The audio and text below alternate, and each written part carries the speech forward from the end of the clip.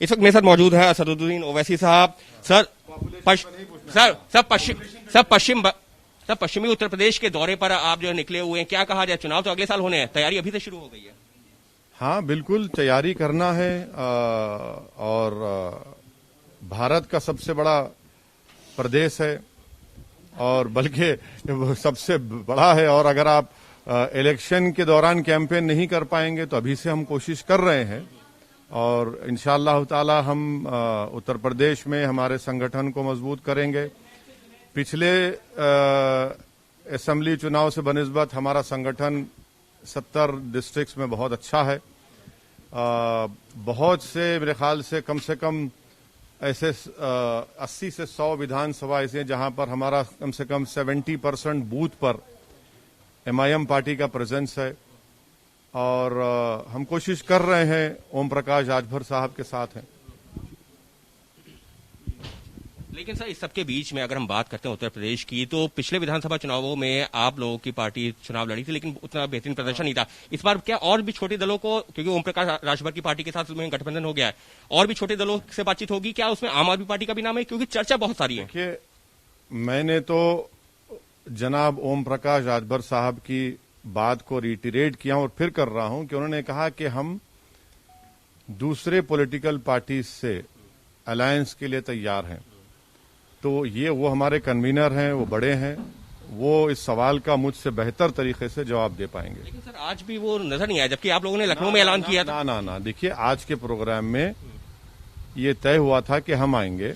आइंदा फिर प्रोग्राम है कानपुर का, इलाहाबाद का और मुख्तलिफ उत्तर प्रदेश के मुकामात पर हम जाएंगे। तो हम साथ हैं उनके। बीच में प्रधानमंत्री, अभी आप यहाँ पर हैं पश्चिमी उत्तर प्रदेश में, प्रधानमंत्री काशी में अपनी जो विधानसभा उनकी जो कॉन्स्टिट्यूंसी लोकसभा की, लेकिन उन्होंने योगी जी की तारीफ जो की है, उन्होंने मैंने कह दिया ना, अभी उस सवाल के बारे में तफसील से बता दिया है।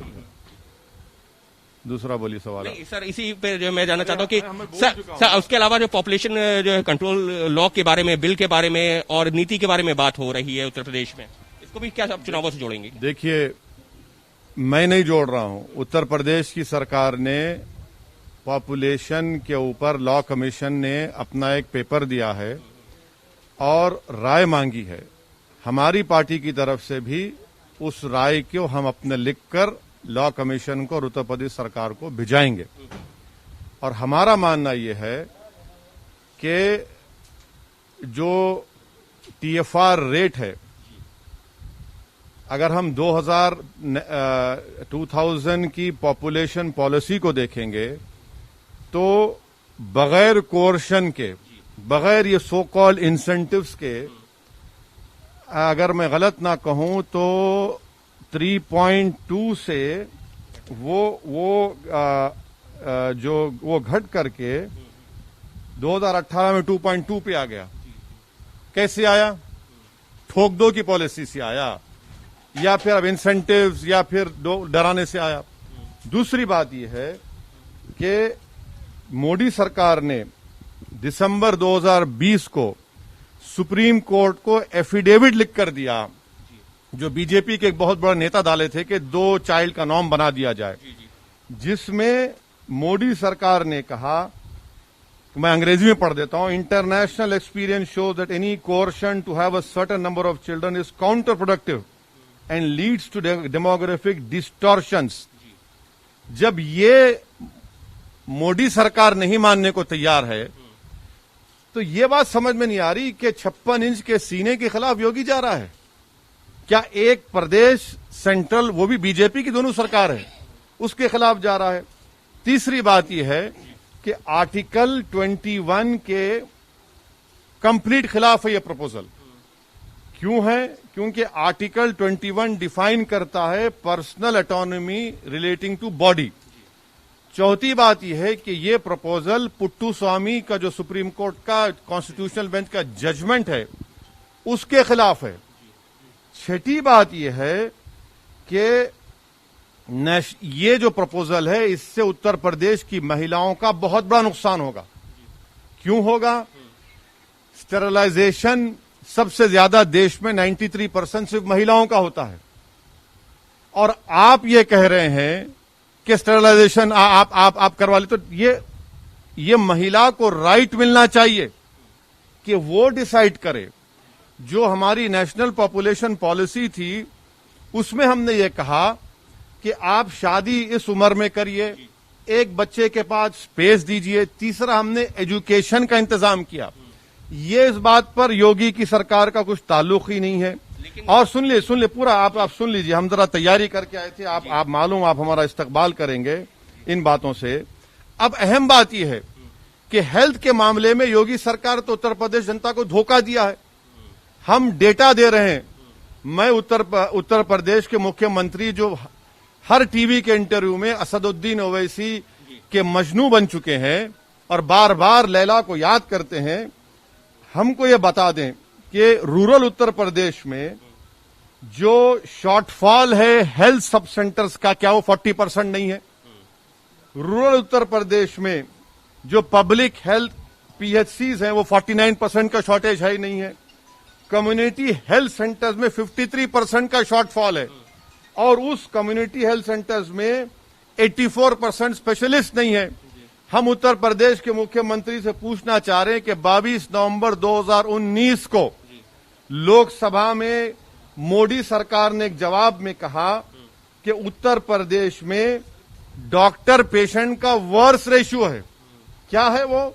कि सैंक्शन स्ट्रेंथ जो है 4509 डॉक्टर्स की है और सिर्फ 1344 काम कर रहे हैं, और आप कह रहे हैं कि पॉपुलेशन कंट्रोल करेंगे। लेकिन सर सुनिए आप ये तर्क दे रहे हैं। प्रधान और प्रधानमंत्री जिससे आपको बड़ी मोहब्बत है, देश के प्रधानमंत्री जरूर हैं, मोहब्बत करना कोई जरूरी नहीं है किसी प्रधानमंत्री से। आप उनके खिलाफ भी बोल सकते, संविधान कहता है। हम ये सवाल ये पूछ रहे हैं सर, क्योंकि जुलाई 1 को देश के प्रधानमंत्री ने कहा था कि इस देश में demographic dividend presents huge opportunity. Demographic dividend क्या है? 15 साल से लेकर 59 ईयर्स तक ये वर्किंग पॉपुलेशन पूरे विश्व में किसी के पास नहीं है जो भारत में है। और ये एक्सपर्ट्स ये कहते हैं कि 2030 और 2050 तक रहेगा। आप पॉपुलेशन कंट्रोल के बजाय पॉपुलेशन को एम्प्लॉयमेंट नहीं देते, पॉपुलेशन को पढ़ाने के लिए स्कूल का इंतजाम नहीं करते, बच्चियों को पढ़ाने का इंतजाम नहीं करते, आप अस्पताल नहीं खोलते, अस्पताल अगर हैं तो डॉक्टर्स नहीं है। ये बात को साफ साबित होता है। बढ़ती जनसंख्या जो है खतरा नहीं है देश के लिए किसी तरीके से।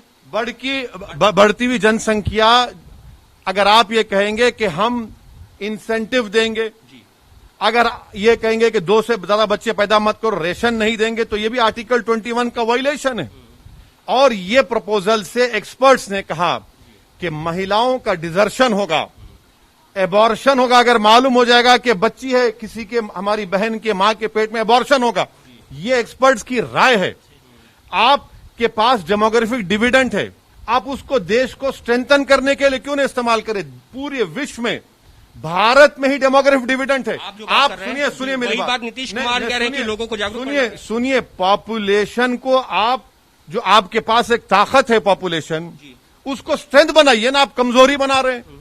इसलिए बना रहे हैं कि आप 7 साल के अरसे में आपने नौकरियों का वादा किया था 15 लाख, वो झूठा साबित हुआ। आज उत्तर प्रदेश का नौजवान बेरोजगार उसका मुकद्दर बन गया। महिलाओं को आप पढ़ाने का इंतजाम नहीं करते। ये चीजें, और एक बात सुनिए आपके इत्मीनान के लिए, भारत का पॉपुलेशन स्टेबलाइज हो जाएगा, ये एक्सपर्ट्स ने कहा है 2030 में। अब आपको किसकी जरूरत है? पॉपुलेशन को स्ट्रेंथन करने की जरूरत है, पॉपुलेशन को रोजगार देने की जरूरत है, महिलाओं के लिए चिकित्सा की जरूरत है, अस्पताल की जरूरत है। ये तो एंटी वुमेन स्टेप है। नीतीश कुमार भी इस बात का जिक्र कर रहे हैं कि अब वो उनसे पूछ लीजिए, वो भी तो उनके अलाई हैं, वो भी तो बिहार के एक सीनियर चीफ मिनिस्टर हैं। अगर वो बात कह रहे हैं तो सुनना चाहिए ना। फिर आप सुप्रीम कोर्ट में क्यों डाले ये रिप्लाई कि हम 2 चाइल्ड नॉर्म के खिलाफ हैं? तो ये इनकी नाकामियों को छुपाने के लिए, उत्तर प्रदेश के नौजवानों की आंखों में धूल झोंकने के लिए, उत्तर प्रदेश की महिलाओं को एक और धक्का पहुंचेगा, नुकसान होगा। आप योगी सरकार के ऊपर सवाल खड़े कर रहे हैं, प्रधानमंत्री तारीफ कर रहे हैं, कह रहे हैं कि बहुत अच्छा काम किया है कोरोना काल में। इसीलिए तो हमने शुरुआत में भी कह दिया कि प्रधानमंत्री ने उत्तर प्रदेश की जनता के सामने आकर इतना बड़ा उनको बहुमत, इतना बड़ी सीट पार्लियामेंट में 2 मर्तबा दी है। हम उत्तर प्रदेश की ये जनता, वो 3-4 लाख परिवार जिन्होंने अपने बाप को, अपनी मां को, अपने भाई को, अपने परिवार में किसी एक शख्स को खोया है, जिनकी लाशें पानी पर बह रही थीं, जिनके पास जलाने के लिए लकड़ी नहीं थी, जिनके पास दफनाने के लिए जमीन नहीं थी, जिनकी लाशों को कुत्ते नदी के किनारे खा रहे थे, जिसको उत्तर प्रदेश की सरकार ने उनको सेकेंड वेव में उनको ऑक्सीजन पहुंचाने में नाकाम हुई, दवाएं देने में नाकाम रही, वो यतीम और यसीर होकर बेबस होकर फिर रहे थे और अपनी जानों को गंवा दिए। हम ये उम्मीद कर रहे थे कि देश के प्रधानमंत्री कम से कम इस बात का इकरार करेंगे, एक्सेप्ट करेंगे कि हां, मैं उत्तर प्रदेश की जनता को कहना चाह रहा हूं कि आपने जो हमसे उम्मीद लगाई थी, हम उस पर पूरे नहीं उतरे। बजाय उसके आपने नमक फेंकने का काम किया उन परिवारों को, और उत्तर प्रदेश की जनता प्रधानमंत्री के स्टेटमेंट को सुन रही है और यकीन जानिए वो खून के आंसू फिर से रो रहे हैं। आपका साफ तौर पर यह कहना है कि प्रधानमंत्री ने जिस तरीके से योगी की तारीफ की, उत्तर प्रदेश के मुख्यमंत्री की, वो एक तरीके से जनता को गुमराह करने की कोशिश की गई है। और वहीं अगर बात की जाए प्रचार की, तो असदुद्दीन ओवैसी खुद अब निकले हैं पश्चिमी उत्तर प्रदेश में। संभल की इस वजह से इंपॉर्टेंस ज्यादा है क्योंकि पिछले जो विधानसभा चुनाव हुए थे वहां पर असदुद्दीन ओवैसी की जो पार्टी के उम्मीदवार थे उन्होंने काफी बेहतरीन प्रदर्शन किया, हालांकि जीत हासिल नहीं की थी।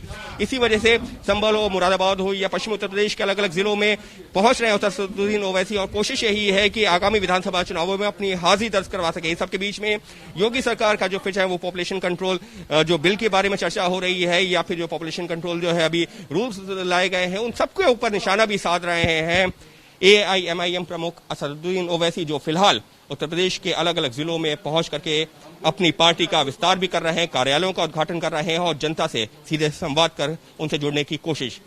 और ये पूरा जो है कवायद हो रही है 2022 के विधानसभा चुनावों को देखते हुए। कैमरा पर्सन भूपेंद्र रावत के साथ अंकित गुप्ता, ABP न्यूज, संभल।